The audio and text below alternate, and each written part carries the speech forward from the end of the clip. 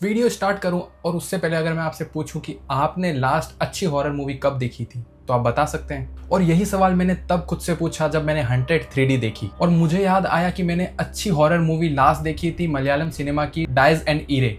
वहीं बॉलीवुड की तो कोई अच्छी हॉरर मूवी मुझे याद भी नहीं आ रही है। और अगर दिमाग पर मैं और भी ज्यादा जोर देने की ट्राई करूं कि अच्छी हॉरर मूवीज कौन सी थी बॉलीवुड के अंदर, तो मुझे याद आती है 1920, राज, 13B, भूत। और अगर और भी पुराने जमाने में मैं जाऊं तो रामसे ब्रदर्स की मूवीज आती है जो बहुत ही खतरनाक हॉरर जॉनरा में थी। और मैं ऐसी हॉरर मूवीज की बात कर रहा हूं जिन्हें देखकर सच में हमें डर लगे, सच में अगर कोई रात का सीन हो तो हम अपनी कुर्सी पकड़ लें और ये देखने की कोशिश करें कि क्या सच में हमें कुछ अजीबोगरीब तो नहीं दिखाया जाएगा, ना कि हमें स्क्रीन पर ऐसे भूत देखने को मिले जिन्हें देखकर हमें हंसी आ जाए, जैसे मैंने हंटेड 3D में देखा। इवन अगर आप स्त्री, भूल भुलैया ऐसी मूवीज को भी कंसीडर करते हो तो ये भी एक कॉमेडी हॉरर जॉनरा के अंदर ही आती है, जिसके अंदर आपको कॉमेडी ही देखने को मिलती है और हॉरर कहीं ना कहीं छुप जाता है, जिनमें हमें कॉमेडी तो 90% देखने को मिलती है और हॉरर के नाम पे सिर्फ 10% कुछ दिखाया जाता है, जिसमें भी हमें भूत कुछ इस टाइप से देखने को मिलते हैं। और मेरे हिसाब से जो हॉरर का असली मतलब होता है वो यही होता है कि ऑडियंस को अनकंफर्टेबल कर देना और ये सोचने पर मजबूर कर देना कि अब इस सीन के अंदर और भी क्या क्रीपी हो सकता है और भी क्या डरावना हो सकता है। वहीं ऐसा जरूरी नहीं है कि हमें भूत देखकर ही डर महसूस हो,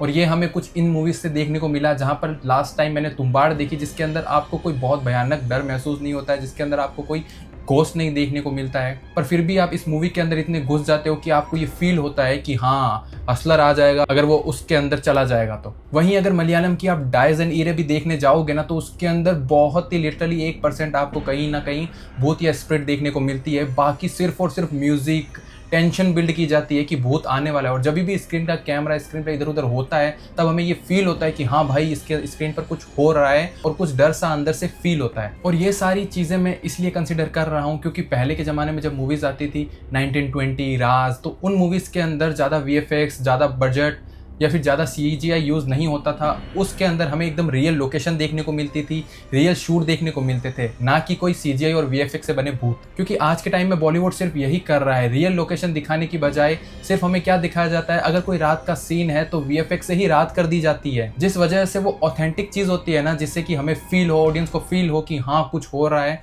वो महसूस ही नहीं होता है। और जब भूत आ जाता है तो हम भाई बोलते हैं ये क्या भूत दिखा दिया। और इस चीज का परफेक्ट उदाहरण अभी हाल ही में आई हंटेड 3D से मुझे देखने को मिला, जिसके अंदर हमें भूत ये देखने को मिलता है जो कि प्रॉपर AI से बना हुआ है। इसका ट्रेलर भी आप देखोगे तो आपको पता चलेगा कि कितनी चीजें AI से लिखी गई है। वहीं इस पूरी मूवी के अंदर अगर आप AI को निकाल दो तो बहुत कम ऐसी चीज देखने को मिलेगी जो रियल है इस मूवी के अंदर। और मैं तो ये जानकर भी हैरान हो गया गाइज कि ये मूवी विक्रम भट्ट ने बनाई है, जिन्होंने राज, 1920 और अभी हाल ही में हंटेड का जो पार्ट आया था 15-16 साल पहले वो बनाया है। और वो हंटेड का पार्ट भी अगर आप देखते हो ना तो उसके अंदर भी थोड़ी बहुत टेंशन बिल्ड होती है, उसके अंदर भी हमें घोस्ट देखने को मिलता है और उसकी शूटिंग भी रियल लोकेशंस पे हो रखी है, रात को हो रखी है, ऐसा लगता है कि टेंशन बिल्ड हो रही है। वहीं आप ये वाली नई मूवी आई है उसे देखो, जिसे देखकर आप ऐसे ऐसे आराम से पीछे हाथ करके देख सकते हो, बच्चे को भी दिखा सकते हो, वो भी डरने की बजाय हंसेगा कि ये भाई क्या दिखा रहा है। वहीं मैंने हंटेड मूवी देख के कंप्लीट की तो मैंने बाद में ये सोचा कि इसमें हमें एक ऐसा आदमी स्टार्टिंग में दिखाया गया था जो बहुत ज्यादा डिप्रेस्ड है,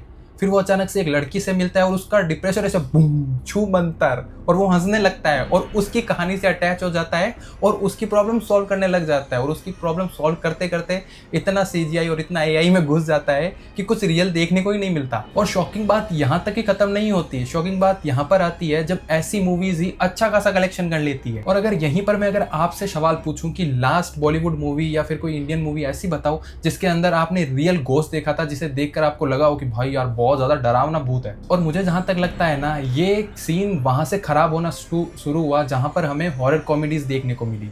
क्योंकि पहले जो जॉनरा चलता था उसके अंदर सच में ऐसे लगता था कि कोई अगर मूवी रिलीज हुई है हॉरर जॉनरा के अंदर तो सच में डरावनी होगी, सच में हमें बहुत खूंखार चीज़ें देखने को मिलेगी। वीराना जैसे, आप बहुत पुरानी मूवी बता रहा हूँ मैं, वीराना, जिसके अंदर ऐसा फील होता था कि हाँ भाई भूत है।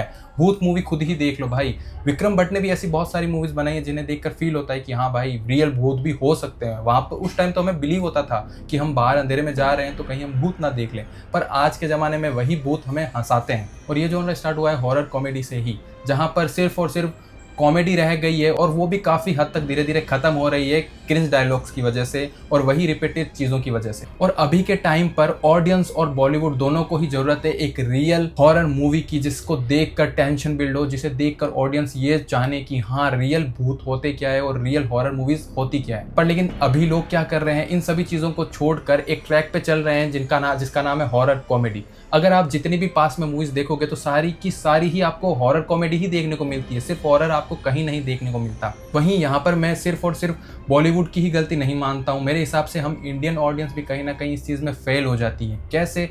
जब हमें कुछ ऐसी भूल भुलैया 3 मान लो या फिर 100 3D जैसी मूवीज़ मान लो, ये मूवीज़ पर्दे पर आती है, ये मूवीज़ बेकार भी होती है, हमें लगता है CGI है, VFX है, असली हॉरर नहीं है, फिर भी इनका कलेक्शन जब आप देखते हो तो आप बोलते हो भाई ये इतना कैसे कमा रही है। वहीं दूसरी तरफ आप मूवीज़ देखो, तुम्बाड़ जैसी मूवी, तुम्बाड़ अभी के टाइम पे मास्टरपीस मानी जाती है हॉरर जॉनरा के अंदर, और वही मूवी जब फर्स्ट टाइम सिनेमा के अंदर लगी थी तो सीटें खाली थी। बाद में जब OTT वगैरह पर आई, उसकी बातें होने लगी, तब लोग बोलने लग गए सो कॉल्ड कि भाई मास्टरपीस है, क्या ही तुम्बाड़ बनाई है। पर लेकिन उस टाइम उसकी तारीफें कोई नहीं कर रहा था। वहीं जब अभी 100 रिलीज हुई थी ना हॉरर जॉनरा के अंदर, तभी इसके साथ एक और मूवी रिलीज हुई थी बंदर करके बॉबी देओल की। पर लेकिन हुआ क्या, 100 बहुत अच्छा खासा कलेक्शन कर रही है, वहीं अगर आप बंदर की मूवी की बात करो जिसको तो भाई आए और गए पता भी नहीं चला। जबकि अगर आप बंदर मूवी के अंदर बॉबी देओल की एक्टिंग देखोगे तो आपको लगेगा कि हाँ बॉबी देओल भी एक्टिंग कर सकता है। और अनुराग कश्यप की ये मूवी मुझे बहुत ज़्यादा कनेक्ट करी, मुझे बहुत ज़्यादा अच्छी लगी। इसमें एक कैरेक्टर का फील था कि हाँ यार एक कैरेक्टर किन किन चीज़ों से गुजर रहा है,